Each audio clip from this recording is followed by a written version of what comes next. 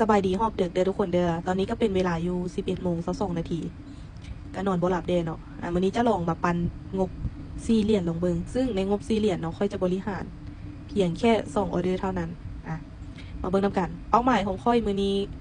ค่อยจะเก็บเป้าหมายที่สูงหน่อยนึงถ้าเราตั้งเป้าหมายไว้สูงความเสี่ยงมันก็จะสูงตามแต่ถ้าเราตั้งเป้าหมายไว้ต่ำความเสี่ยงมันก็จะต่ำตาม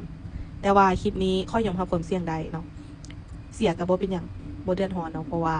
เป็นเงินเย็นซึ่งในกระดานเทรดของ Big Trade เนาะเราสามารถเลือกเทรดได้ทุกสกุลเงินในนี้เลยเนาะแต่ว่ามื้อนี้ค่อยจะเทรดในกราฟของ Solana ซึ่ง Solana เนาะเป็นอีกสกุลเงินหนึ่งที่ค่อนข้างจะเทรดง่ายเราสังเกตเบิ่งเนาะพฤติกรรมของตลาดถ้าหากว่าเราวิเคราะห์หรือเราจับทางพฤติกรรมของตลาดได้ค่อยว่าเราจะออกออเดอร์ได้ยาวๆเลยเนาะจะเก่งกำไรได้แบบยาวๆเลยนะเนาะโอเคปัจจุบันนี้หลักการวิเคราะห์ของค่อยเนาะค่อยจะใส่แนวโน้มของตลาดแล้วก็บวกกับแหงซื้อและแหงขายในตลาดนั่นเองเนาะก็คิดว่าปัจจุบันเนาะกราฟมันเล่นในกรอบราคานี้เนาะในกรอบราคานี้โอเคออเดอร์แรกค่อยจะไป2ออเดอร์นี้ติดฐานทับจัดซื้อขึ้นไปบัดนึงโอ้ทะลุยาวกับโบเป็นอย่างเนาะมันมีฐานทับ1แล้วก็ฐานทับ2ที่ต้านราคาใบใดอยู่มาเบิ่งกันเนาะถ้าหากว่าเป็นไซด์เวย์ออเดอร์นี้จะปิดซื้อใดแต่ถ้าหากว่าเป็นเทรนด์ออเดอร์นี้จะปิดขายเนาะโอเคงามๆออเดอร์แรกบินไป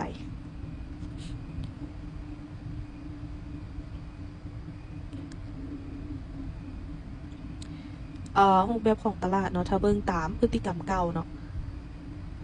ถ้าเบิ่งตามพฤติกรรมเก่านี่มันจะกลับขึ้นไปได้ออเดอร์นี้ไปกำไรจัดซื้อไปอีกบัตรนึงถ้าเฮาเทรดตามตลาดเก่าเนาะที่มันเคยเกิดซึ่งอันนี้ก็คือค่อยเบิ่งตามตลาดเก่าที่มันเคยเกิดเนาะเกิดจุดใดก็คือจุดล่าสุดที่เฮาเห็นกันนี่เลยจุดนี้เลยเนาะซึ่งออเดอร์นี้ค่อยเลยจัดซื้อขึ้นไปก็มาเบิ่งเนาะว่ามันจะก๊อปปี้กันมาบ่โอ้ว้าวทะลุเลย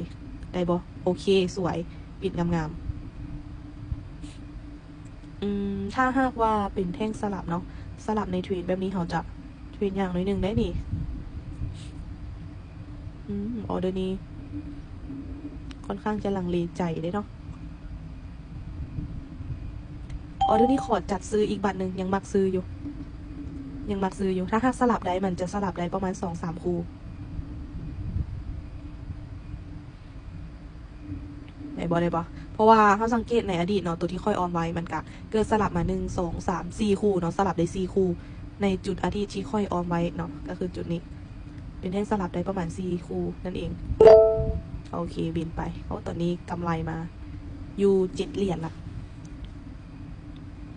ไปแบบพอร์ตซิ่งเลยบ่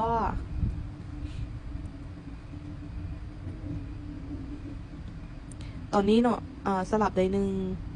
2 3คู่ที่4จังใดติดหรือบ่ติดจัดซื้อขึ้นไปอีกบัตรนึงคู่ที่4ต้องมาแล้วแหละ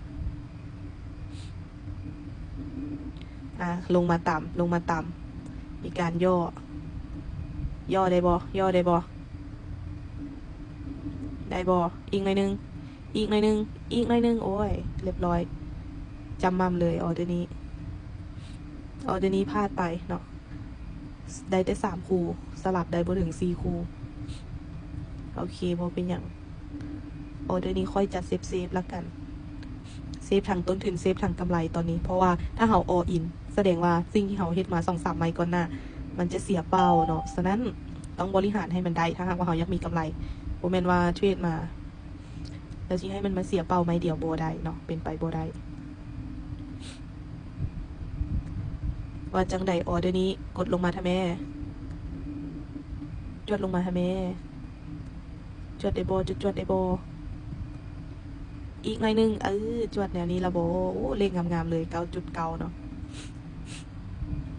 เป็นหวัดแน่เนาะทุกคนบ่ค่อยสบายช่วงนี้อากาศเปลี่ยนแปลงบ่อยออเดอร์นี้ไปกำไรเลยจ้ากำไรจากออเดอร์บางกีดอกล่ะโอเคเทรนแบบนี้มันบ่จัดขายอีกบัตรนึงบ่วิเคราะห์ยังหลายเทรดตามเทรดเลย จังใดกะลงได้นะโซโลนาบ่ได้ขี้ร้ายปานนั้นนะกดลงมาทำไมในฮัลโหลสังเกตเบื้องในอดีตเนาะค่อนข้างว่าโอเคเลยค่อยว่าโซโลนาอยากลงแล้วลงรถนะลงมารถนะจวดโอเคโอ้ยกลับมา11เหรียญคือเก่าออเดอร์นี้คูณเงินไปเลยออเดอร์สุดท้ายออเดอร์ปิดท้ายของเรามาเบิ่งกันว่าสิรอดหรือสิล่วงตอนนี้ตลาดเริ่มอยากจะกลับตัวขึ้นไปแล้วเนาะเมื่อกี้นี้เป็นแท่งสลับได้3ตอนนี้เป็นแท่งสลับได้2คู่โอเคออเดอร์นี้จัดซื้อบัตรหนึ่งจัดซื้องามๆออเดอร์นี้ค่อยรู้สึกว่าค่อยเริ่มมักเทรดในสกุลของโซโลนาละในช่วงวันเสาร์วันอาทิตย์อุ้ยใจเย็นใจเย็นห่างกระยองอย่าเห็นแบบนั้นใจเย็นแม่กันแนวนี้ละวะสวยงามหลายโอเคปิดไปปิดกำไรไป11เหรียญปิดกำไรไปงามๆเทรดสำหรับมื้อนี้เนาะสำหรับมื้อนี้กะบวกไปประมาณนี้เทรด1 2 3 4 5 6 7ออเดอร์พาร์ทนึงถือว่าค่อนข้างโอเคเนาะสำหรับคลิปนี้กะผู้ใดที่มาคลิปแบบนี้ก็กดติดตามไว้เลยบ๊ายบายเจอกันใน EP ต่อไป